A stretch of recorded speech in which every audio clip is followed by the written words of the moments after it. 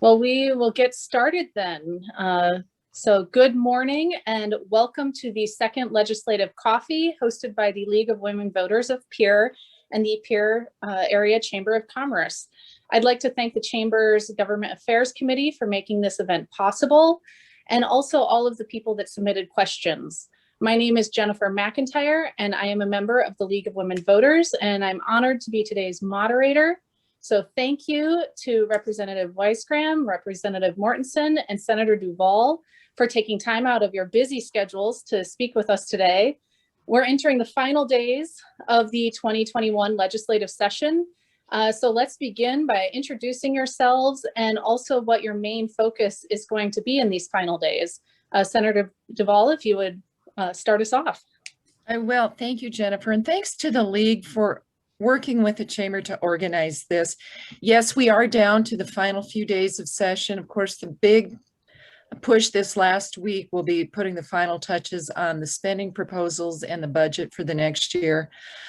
We're still trying to figure out some details, particularly as they relate to the state employee health insurance plan. But then we've got some other contentious issues on the Senate that we will be dealing with.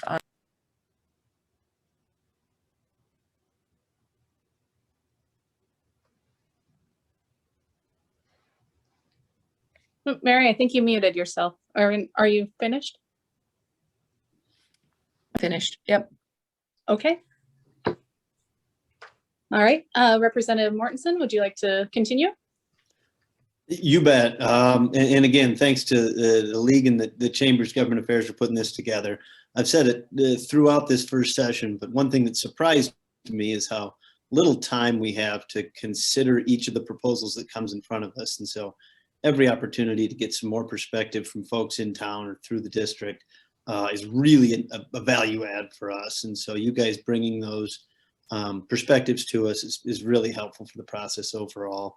The senator has done this for a while, been through a number of sessions representing this district, and so she probably knew to keep her eye on the ball the whole time, but I am reminded anew that there is only one most important thing the legislature does every year, and it is putting this budget together. I mean, we spend all session using time, talents, energies, emotions on all the bills that come through, and they are important, and they are often the most important thing to a given legislator or lobbyist or public advocate who comes in on them. But the one thing that touches every single person is how we put this budget together. It determines how much we can pay teachers, nurses, and state employees, from corrections officers to folks who work for DOT, all the way across the spectrum. And so this is really something to make sure that we get right. And there are a few big budget issues, including broadband, the new complex at the state fairgrounds that are still coming to the House side for us to look at. And some of those have been priorities of the three of us kind of throughout. And so we'll hope to see them come to fruition. But the last 4 days will really be focused on getting the budget right. Yes, so I've had some thoughts about the final week, and they've been pretty much channeled around a little bit of legislation that'll come up Monday, and probably a little bit on Tuesday possibly as well. But the spending proposals weighing in on what we think are best suited for the state and hopefully Central South Dakota, and giving those thoughts to our caucus, and voicing our opinions that way. My seatmates tells me it's kind of a hurry up and wait a little bit. You go in session, you don't go into session. So it'll be new for me. I can surely understand as deliberations will go by from the joint appropriations committee that we'll need to weigh in on those. So I'm sure it'll be some stop and go, and it'll be extremely interesting. Thank you, all of you, for that. Now diving into questions. This first one is kind of a multi-part question on the situation surrounding the AG. Do you agree that the impeachment proceedings for AG Ravensburg should be delayed until after the trial? And given the judge's orders regarding the state releasing the recordings of him, can we find impartial jurors? And finally, why should South Dakotans trust that he can perform his duties, especially after Governor Noem suggested he resign and law enforcement agencies issued votes of no confidence?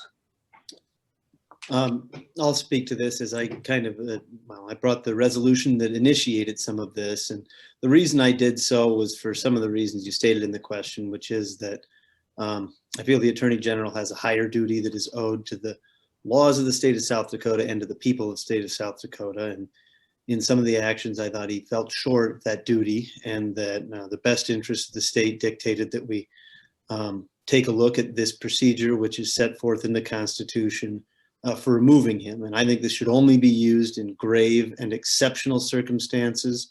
But that's what I think we've got. I mean, we've never had a case in this state where a state official has caused the fatality of one of our citizens, and then that person refused to resign.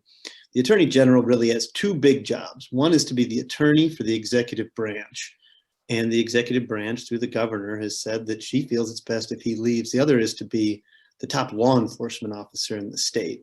And we've seen virtually every law enforcement organization in the state come out and ask that he leave office. And so I am redoubled in my commitment that looking at this is the right thing. Now, also noted in your question was that there was an order that came in that sealed some of the information that I view as being necessary for us to move forward. And so the specific amendment that came out of the committee, I think may have overstated a little bit on that. And so some of that is, the details matter on it, but I think we can't move forward until we can do so fairly and transparently. And so that means having access to the investigation, and then also any explanation that the Attorney General might have for his actions on that. Until that order, I think, is lifted as to some of that information, I don't think we can go forward. As soon as we can do it fairly and transparently, I think we should. And I think that the best interests of the state and the Office of the Attorney General are served by us, in fact, going forward. You know, I'll just speak briefly on it, how it's transpired and how the things have changed from what Will brought forward and how the amendments have come forward on, to change how we deal with it. You know, it's a little complicated, yet I'm going to just focus on the department itself, and whether we get proper explanation or we see details, of the investigation or how that comes about. Really, I'm going to just devote myself to what does the department look like with our current Attorney General at the top of the organizational chart. You know, is the efficiency of the department being well served? Is there enough focus with the team that's assembled to do their jobs to the best of South Dakota's for the best of South Dakota? So I'm going to look at it from that perspective. I think I can focus better on that and see how the details come out. But that's where I'm going to keep the ball focused on. Well, right now the ball really is in the House's court. It's up to them to either vote those articles of impeachment up or down at whatever time they decide is best to do that. After that, then if they do approve those articles, then it will come over to the Senate. The Constitution says there has to be at least a 20-day interim before the Senate could possibly hold a trial. So as a potential future juror, I have been really careful to avoid reading media reports. I have not watched any of the information that was released. And in fact, I don't even like discussing this on the street when I run into people at the post office or the grocery store, because I want to try to remain as unbiased as possible in the event that we will have a trial. So for now, it's really up to Will and to Mike and their colleagues to say whether or not we move forward or do not. Thank you all for those thoughts. the next several questions are regarding kind of legislative process. To begin with, we've had a few questions in regards to House Bill 1217, the Fairness in Women's Sports Bill, which did die in committee, but the questions relate to kind of future legislation, similar future legislation. And first, do you believe that this bill addressed a real problem in South Dakota? Jennifer, I'm sorry, which bill number is that? It's House Bill 1217. It was the Fairness in Women's Sports Bill. Okay, so the smokeout process is a legislative tool, but as a rule, I respect the committee process. The Senate smoked out 4 bills, and I voted each time not to support that smokeout because I think that it really undermines the committee process. The committee is where proponents, opponents from the public get to come in and explain what is good or bad about a bill. So I, as a rule, do not support smokeouts. Now, for the women's sports, fairness in women's sports, fundamentally, I think that if it's a girls only sport, then it should be girls only. That being said, I have not read the details of this bill. I've got reading to do this weekend on it. The other thing I wonder about is, I know there are lawsuits going on in other states, Idaho for one, and I want to see if there are differences between what we've proposed and what they propose. And if there are going to be a bunch of lawsuits, maybe we should figure out first what the courts will say is definitely out of bounds, and then figure out how to thread the needle going forward so that we're fair to any athlete who wants to participate in a gender specific sport. For me, that was it was a hard vote because obviously there is a problem, or else it wouldn't have been brought forward. I have a family member who was a high school coach, athletic director, was on the board of the High School Activity Association. So in talking to him, and it was extremely helpful, I came to the conclusion that the situation, it already exists. The High School Activity Association has the processes in place to deal with it, deal with these things. If there is a problem, that the problem can be appealed. And so I didn't feel like I wanted to vote for legislation, even though it's most likely a problem. I didn't want to vote for legislation that overran their authority to have a functioning system to deal with it. So I labored over the vote, but I came to the conclusion there is a system, and I'll honor the system that exists. To answer the specific question of whether this addresses a problem, I think that this is, it maybe gets that this is a very limited applicability of this law one way or the other. And even if it only affects a very small number of folks in our state, I don't think that means that it's something inappropriate for the legislature to look at one way or the other. I voted against the birth certificate bill when it came through because I just didn't see how that was, I didn't see who was being harmed by people being able to change their designation on their birth certificate. And in this case, though, the proponents, I thought, made a convincing case to me that we have girls' sports and boys' sports not based on psychological preferences, because boys like blue and girls like pink, but on physiological differences. I mean, there are physiological differences between men and women. And so I thought that the rationale for having boys and girls sports in the first place is as true today as it was then. And so I was comfortable voting yes on it for those reasons. Now, I was uncomfortable voting yes on it, but now I overcame this uncomfortability in that I hold no animus in my heart for folks. I think trans folks belong in South Dakota. I'm not, offended by any of this. I do have nothing but love in my heart for all South Dakotans. And so that made me uncomfortable. It made it difficult. But I tried to go through the same process I go through on any bills, where I research them and try to get to the, my founding principles of, did the system we have make sense, and should we overturn it? And like Mike, I tried to reach out to folks who were more familiar in some of these areas and read all I could. And in the end, I came to a yes vote, but not easily.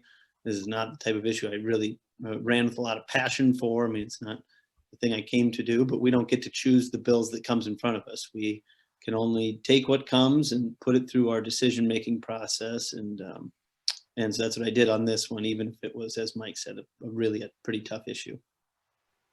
Okay, and then Senator Duval kind of touched on the smokeout process. And so this question, it seems like there's a lot of bills being smoked out recently.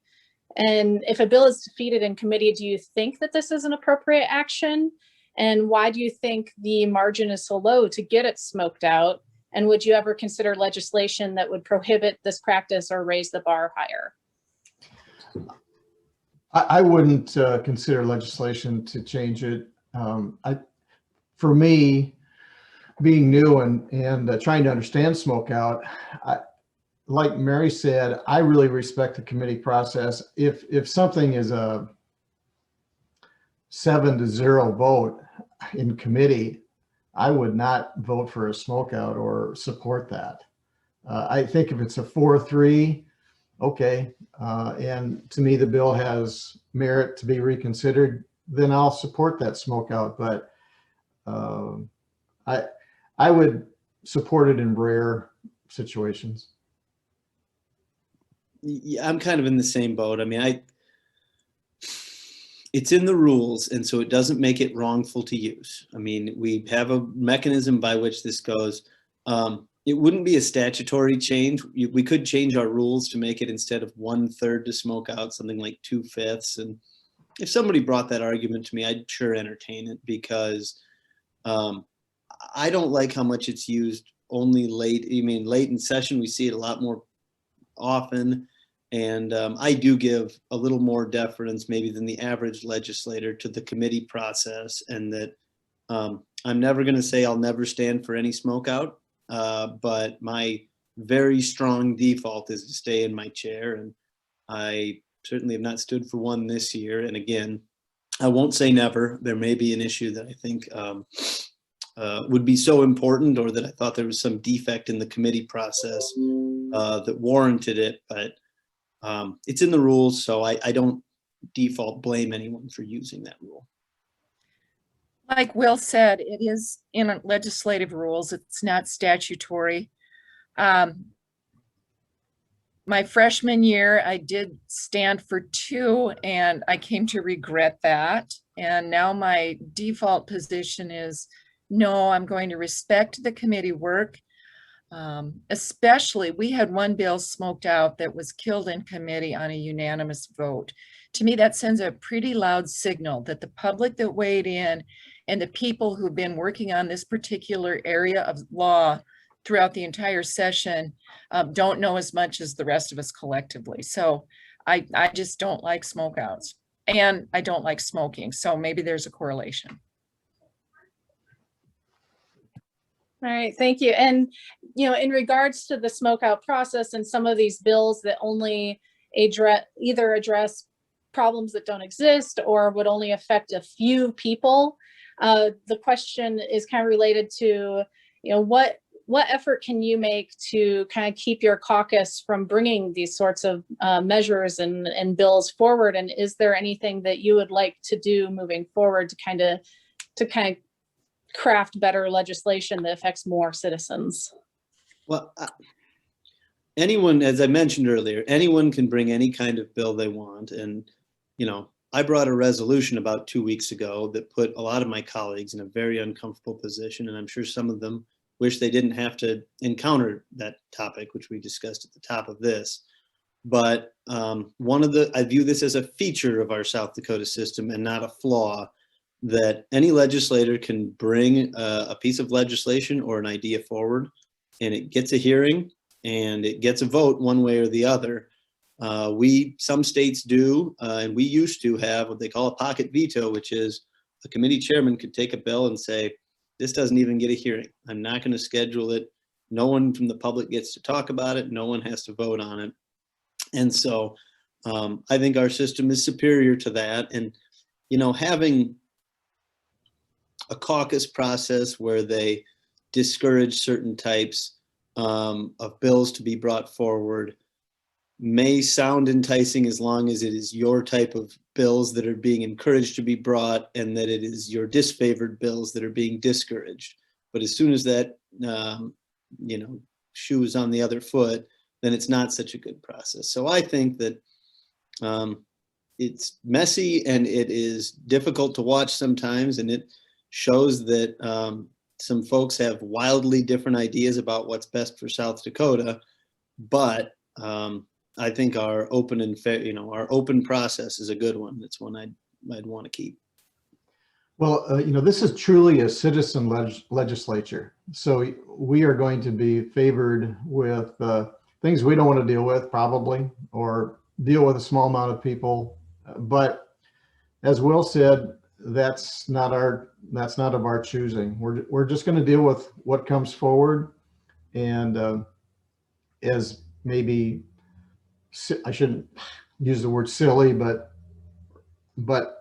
in some instances, one could come to that opinion. The caucus experience that I've had this year, it's very informational. There really isn't a feeling that, or an impression I get that they're very much directing any strong opinion one way or the other. They're not asked to. They surely haven't asked me to vote a certain way or to, you know, think of something in a certain venue. So it's all informational, and when we have questions, that's the great place to bring them up. So I don't know if I've successfully talked around your question or not, but we're just going to deal with what comes and research it the best we can and make a yay or nay vote. Well, I agree with what both Will and Mike have said, that everybody gets to bring bills and resolutions, even if we personally think that that's not something that needs to be consuming legislative time and attention. But you look at those kinds of issues that come forward, and maybe they will spark a good idea that will work for South Dakota. But a lot of the bad ideas get dealt with early and often, and we don't have to discuss them going forward.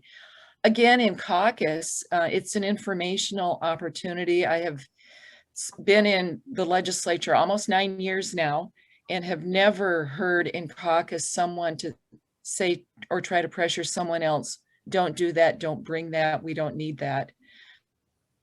So yeah, it's messy, it's uncomfortable, but the system by and large seems to work. Okay, thank you all.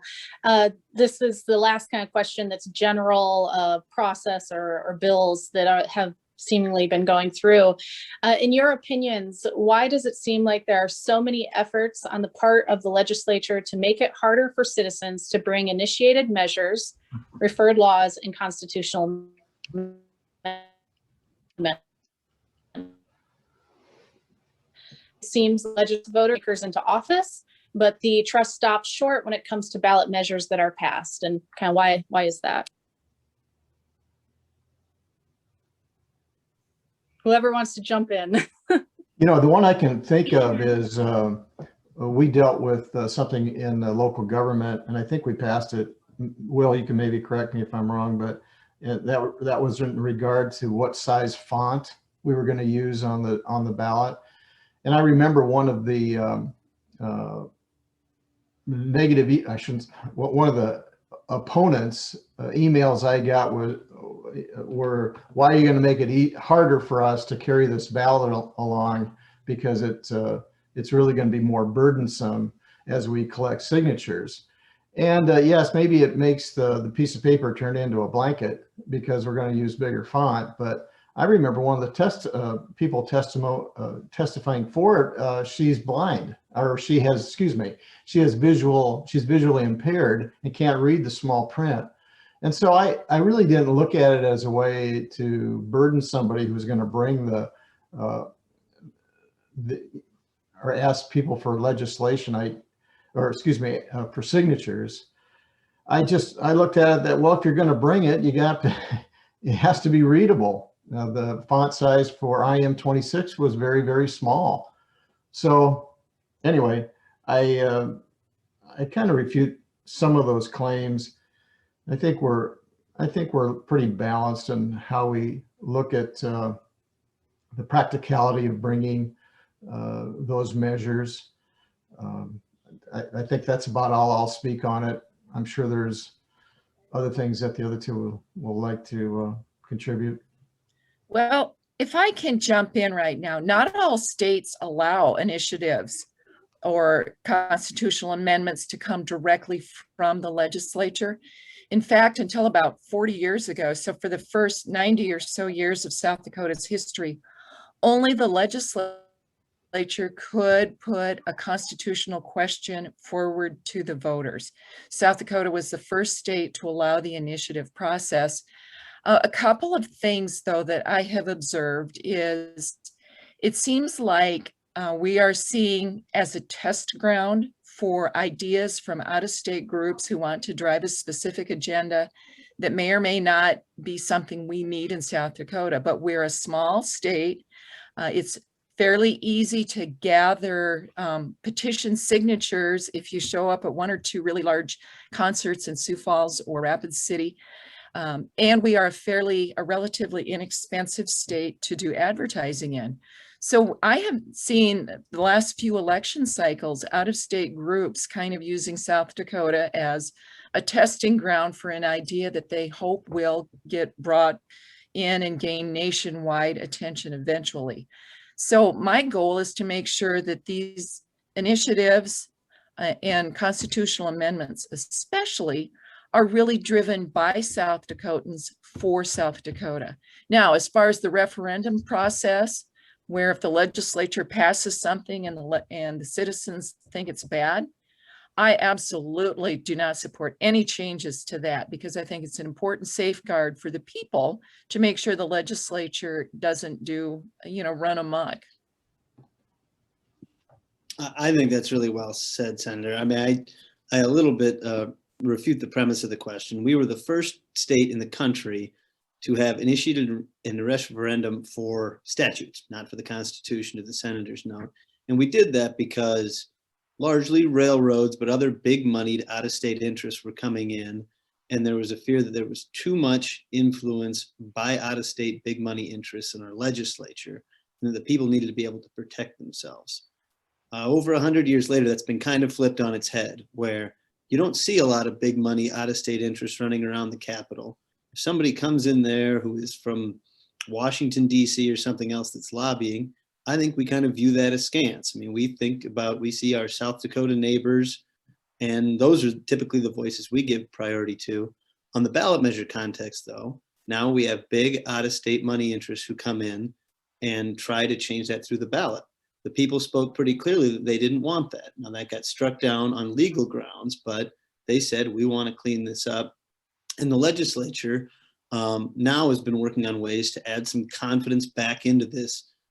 I would call it a sacred process. It's something we do need to protect, but we need to make sure that it's something people can have confidence in. We've had 3 election cycles in a row where following the election, a judge found the measure to be unconstitutional. IM 22, 24, and now Amendment A. And I brought a bill with Senator Schoenbeck this year that was attempted to clean up the Constitutional Amendment A problem and move any similar challenge to the front end so that we don't have litigation on the back end after millions of dollars have been spent on campaigns and signatures have been gathered, and most problematic, people have voted. And then we find out later that the drafters of that bill didn't go through the proper process. That does not give confidence to the voters in the ballot measure system. I think any of those challenges should be on the front end so that we know whether or not the drafters of these changes to our, again, Constitution, not just statutes, were done in a proper way. That passed now both chambers, and I expect it to be signed into law. I think it does clean it up and it does make it better. To the senator's point, I'm interested in things that protect this, but protect it for South Dakotans and make sure that things like referendum and even initiatives, the legislature could raise the threshold or do all kinds of things, and we're not going to. I mean, I think we're pretty committed to this remaining a process that is in place, but we've got to do it the right way, and we've got to keep it a healthy system for our citizens. Okay, moving on to state employee issues. Do you think that House Bill and Senate Bill 57 regarding the state health plan was the best solution for improving healthcare and raising some wages for state employees? Should all state employees be charged premiums so that the state can pay some employees better?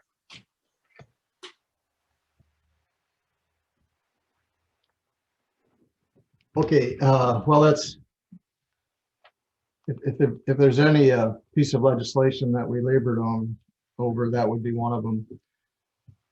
I would say, has that been the best way? Well, it's, you could debate that there was lots of research that went into it, and people that are very versed in benefits looked at it, and that's, you know, what they came up with.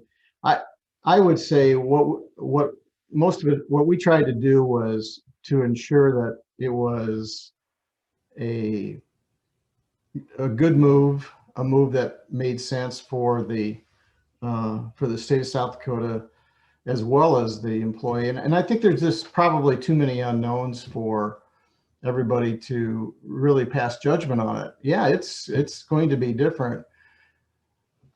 You know, we talked to Commissioner Seeley quite a bit about how the changes were going to affect employees, and if they were still going to receive enough compensation to be at least revenue neutral, if not getting a raise as the health benefits changed. And it was a hard answer to get out of them, honestly. I think through our efforts, I think that that things will improve more than what the initial thing was, how it was conceived. I think there's going to be a little bit more money in for employees to realize enough of an income increase to pay for their premium, hopefully. It's tough. I will say this, the businessman in me said that this had to happen. Knowing previous appropriators and knowing how much the system had to be backfilled, I think it was the right move to make.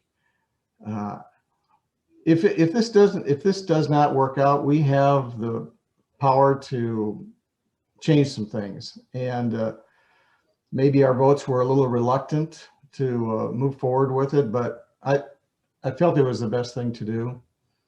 And Well, we'll be I'd watching. like to weigh, yeah, I would like to weigh in, because this is something that is going to directly affect the Duval household. My husband is a state employee, and we're on the state employee health insurance plan. Is this the best plan? Well, the old plan was not sustainable. We have been hearing for the last few years something needs to change. And so I really do applaud the commissioner pulling together a work group with state employees, with private sector employees from across South Dakota, with representatives from the governor's office and representatives from the health insurance industry to say, what can we do? Now, the plan that came forward is, you know, it's different than what we had before. Either before it was a high deductible or a low deductible. This time there are 4 different options for state employees to choose from, including one where the state pays the entire premium for the employee, just like they're doing now. So I think the program has features that certainly are better. But what I've noticed in listening and visiting with others is that this is helping to really drive a broader discussion about the need to pay state employees a better market wage. And so my feeling is that down the road, yes, this is going to be better for state employees. And I kudos off to Will, who's been really pushing in the short term to make sure that especially those employees that are at the lower end of the pay scale, that this does not hurt them. And so I'm going to turn this over to Will for now, but this is something near and dear to the Duval household. It was same in my household. I mean, I'm myself a former state employee, and my wife, when we first moved back here, worked for Game Fish and Parks for a few years and then left for a nominal pay increase, a decent nominal pay increase. And we didn't quite realize how good of a deal we were getting on health benefits at the time, right? I mean, it was less of a real compensation increase than we thought when she left that job. And I think that's really what the administration is trying to get at, is that when you're state government, you need to think about how do we recruit and how do we retain our employees. And to the senator's point, right now our wages are just not there. We just have not put enough money into state employee salaries, so that when you look at on a sheet of paper how much the entry level wage is, how much, it just in a lot of cases doesn't reflect the market value of a lot of those folks. Now, we've made up for it by having a health insurance plan that also doesn't really match the private sector in very many instances. And so this is, and I believe, a really good faith effort. And Commissioner Seeley has been impressive to me in how he's presented this, and to do this in a way that is, I would say, compensation neutral, in that we are moving dollars from the health plan into salaries. Now, not for the top 3 tiers. The dollars are being invested for everyone else on the salary scale. And I've been very keyed into that and put a lot of pressure on them, and received some accommodation that the folks at the very bottom of our wage scale will receive some extra compensation to make sure that if they are going to elect to do one of the health plans that includes a premium, they can basically have that covered through a provision. The administration is doing that internally, but it was a thing that the 3 of us really nipped at their heels pretty aggressively on. And then they gave us good faith assurances that I think they're going to follow through on. But to Representative Weisgram's point, we're beginning to look at this, not ending, and we're going to keep a really sharp eye on how this is implemented. And we are making the case in our caucuses daily. I mean, when we talk about information being passed around, the information coming from us to the others is about the folks who are, working during a pandemic in the women's prison, and the folks who were continuing to provide services no matter what, who really deserve to have the compensation reflect the efforts they've been putting forward. And we're going to keep being on the front lines of those fights. Thank you. And this next question is kind of a follow-up to what you guys are saying about employee wages. And they want to please note that yesterday the Rapid City Journal reported that Commissioner Seeley, when pressed, said that $8 million of the $12 million in healthcare savings for the state is really being generated from the higher premiums being charged to state employees. And so do you have any ideas for improving state employee wages, especially with this change to benefits? And how can we stay competitive and increase retention without those wages? So any ideas you have? Well, continuing to make it a high priority. I mean, right now the salary policy for state employees is slated to be 2.4%, which is as high, I think, of a salary policy increase, Senator Duval, you might have to bail me out here, in the last 5+ years, probably. And so that's good, but making sure that it remains a priority on par with education and Medicaid providers is the very best thing that I think we can do. I mean, there are a lot of state employees across the state who are not in PIER. We've got about 3,000 here, and there's about 12,000 statewide. So that's maybe a little smaller share than people would think. And so continuing to impress upon our colleagues that this is a whole state issue, that we sit on the board for an entity that has all these employees, and we need to take care of them if they're going to continue to provide the high level of service that our state demands and deserves. We've got to give them the compensation that they demand and deserve. So just continuing to impress that on folks who maybe feel like state employees are a PIER problem and not a state problem is is, I think, the best thing the three of us can do. I would agree with that. And remember, this any future salary increases come from ongoing money. It isn't one-time money. So when all the press was, what are we going to do with all this money?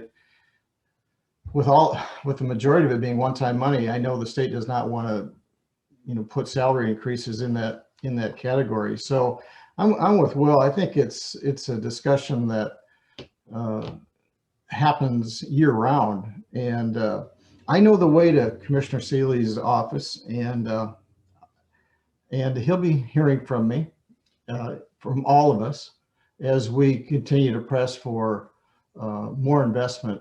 Because as I think all of us have said, I think state employees have been disrespected over the years. If, obviously the budget monies had a lot to do with it, but we're going to force the issue. And if not, we make legislation. All I have to say is, yes, what those two guys said. We know it's important. And this is something that we're not just going to fold our hands and walk away from. Okay. Per the department merger of the South Dakota Department of Ag and DENR, which I believe goes to the Senate on Monday for a vote, or is being voted on Monday.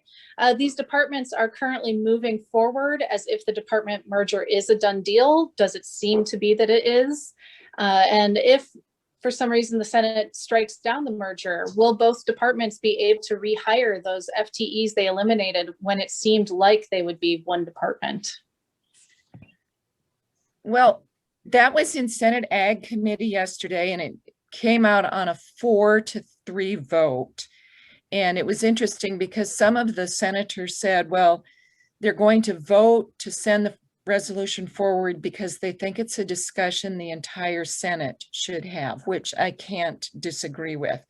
So I don't know if this is a foregone conclusion that the merger will not happen. As far as the two agencies acting like they're one, they have had, one man acting as secretary for one and interim secretary for the other, and functioning that way. I would hate to predict what is going to happen on Monday, but if the Senate says no, this merger doesn't happen, then we will go back to the governor's office will go back to trying to find someone to fill the other secretary position, and continue to get the work done, fulfilling the laws that the legislature has given them to do. Okay, thank you. And then, so building off of the last coffee's question regarding South Dakota Codified Law 1333-29, which addresses kind of the remote school learning, do you see the legislature or the governor's office addressing the fact that many remote learning programs in the school districts, including Pierre's, continue to use programs that violate state law that, again, potentially harm students' education and their credits moving throughout high school? And I know last time there was mention that the governor would probably have some sort of resolution or statement saying that all of those programs will be legal, at least for the time being.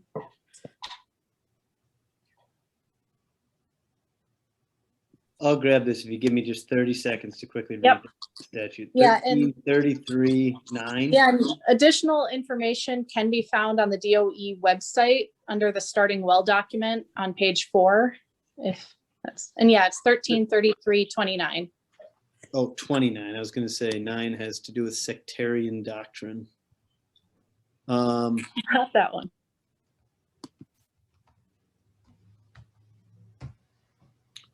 Any course.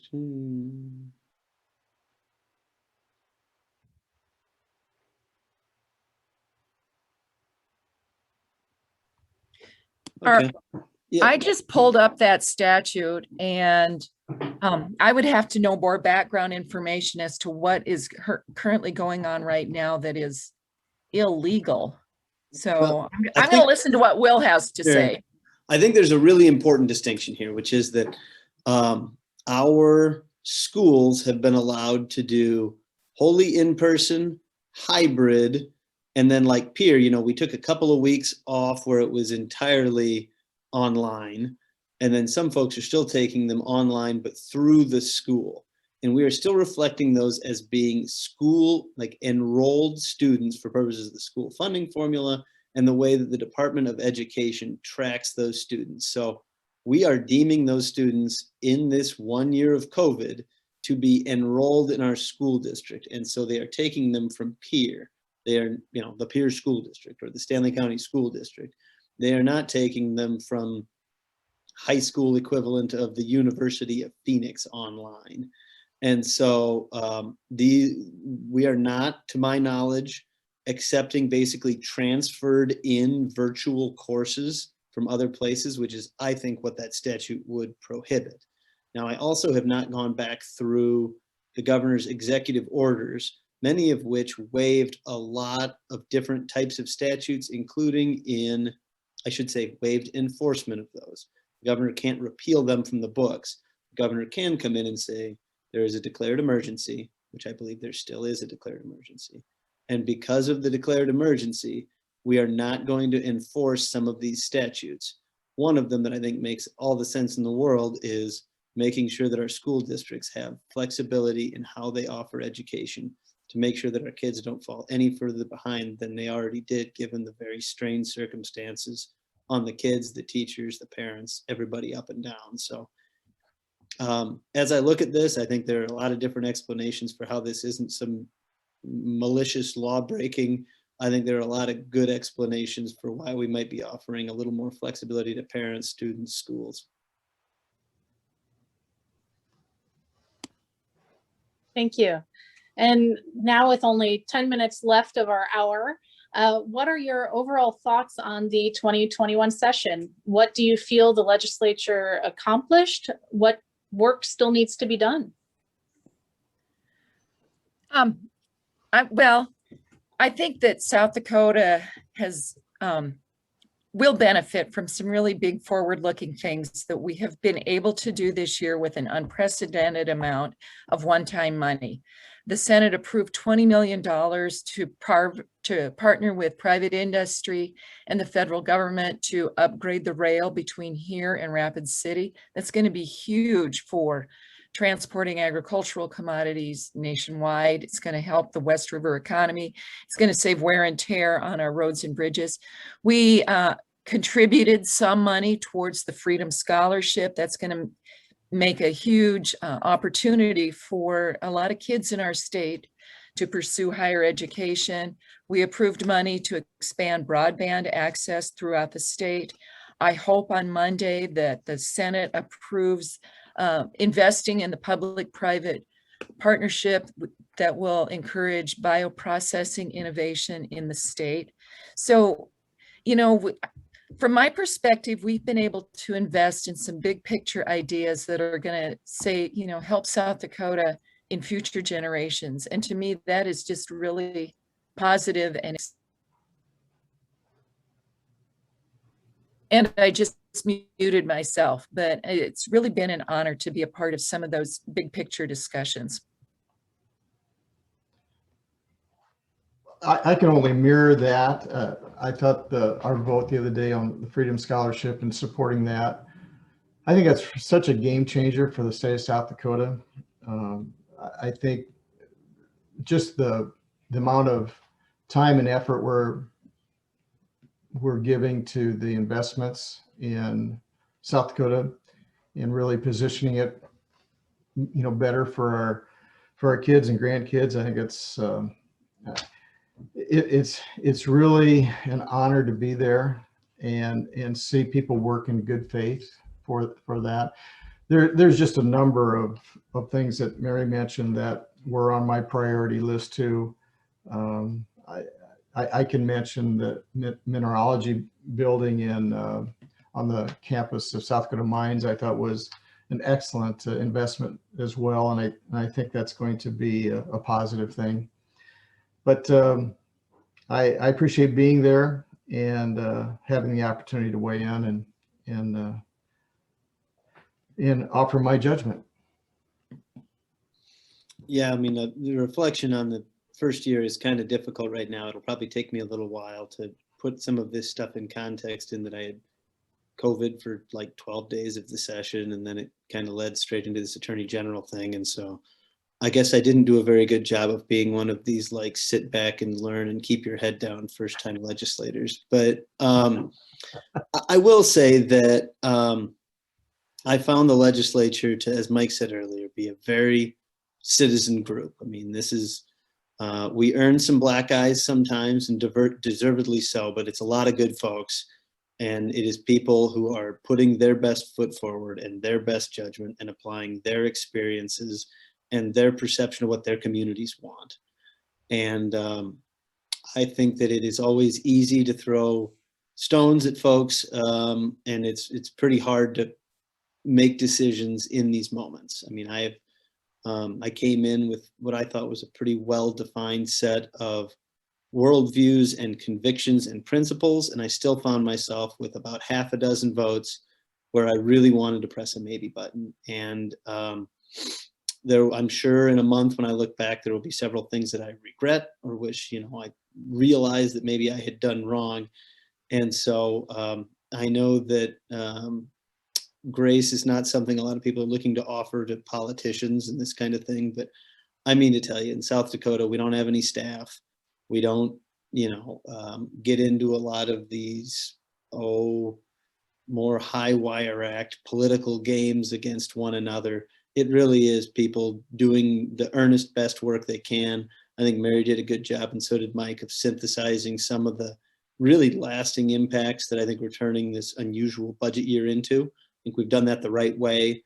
We've invested in generational projects in some cases. I'm looking forward to hopefully taking my grandkids to this new world-class facility we're going to put up at the state fair, and give Huron a shot in the arm that it's needed for, a little while. I mean, Huron's done a good job of saving itself, and I think it's okay for the state to invest in some state facilities on those fairgrounds. That's another one I guess I'd add. But my big upshot is that it's a group of earnest, good folks trying to do what they think is best, which not everyone agrees on, and we don't always get right, but we're always trying to get it right. Okay, thank you again, each and every one of you, for your answers and your thoughts. And Will, I am glad you're feeling better, and all of your time is much appreciated. And so to wrap up, would you please tell us what your plans are kind of post-session? Is there legislation or issues that you'll be focusing on during the summer session that you feel that District 24 citizens should be aware of? And thank you again. Well, yesterday I was named as the Senate chair for the redistricting committee. That's something the legislature does every 10 years. This year it's going to be a bit of a crunch because we usually get our census data about this time of year. However, because of COVID, we probably will not get the actual numbers until late September, which gives us a really short time frame to come up with a plan for redistricting. If we don't do it by December 1st, the Supreme Court does it. So my summer will be spent, first of all, reviewing the last 2 times we did this, getting myself up to speed on all the laws surrounding what we can and cannot do in redistricting, and then planning how to move forward to redraw the districts as we go forward. So my summer just got really busy yesterday. Well, I know that Will and I have been talking a little bit about going out in the district and starting to tour some of the places that have interest, all 3 of us. And Mary's sure welcome to come along, like the ethanol plant, schools. I'd like to go to the county shops. I want to sit down with our DOT director and talk about other opportunities for them to participate in infrastructure. The GOED, the workforce housing issue is a big thing. So I think it'll be a combination of tours and visits and trying to see how we can represent the district better. Well, I've got 2 trials scheduled in the next like month and a half, and I'll be calving, in the next couple weekends. And so I won't be doing much probably until this summer, but a few of the topics that I want to dig into, I'm going to go talk to the Secretary of Tribal Relations and see if there's some positive steps that we can take and some partnerships that we can work on building. I mean, there's a long and complicated history, but it's one that we have to remain persistent in trying to make a priority and find areas we can make positive improvement. The other area that I felt that I was ill prepared this year to take on and address in a policy way really at all are how our state handles mental health and addiction services. That's a very big policy area, and it involves several different agencies and care providers and law enforcement. And so while it was a priority of mine, I felt ill prepared to do much about it in my first year. And so I'm going to spend a fair amount of time on that. The last topic is that Mike and I spent a dozen hours or so digging into the school funding formula beforehand. I serve on the education committee, and given term limits, there's a perpetual need for the legislature to have some policy expertise in knowing functionally how some of these more complicated aspects work. And so I'm going to devote, I don't know, 10, 20 hours, whatever it takes, to really ensuring that I know as well as anybody how that works, just to the benefit of the body as well as our district here. So those, I guess, are my initial, those are on my to-do list and the homework list that I've made for myself already. Excellent. We are now at noon. So thank you again, all of you. And I think that wraps up our final legislative coffee with the League of Women Voters of Pierre and the Pierre Area Chamber of Commerce. Thank you.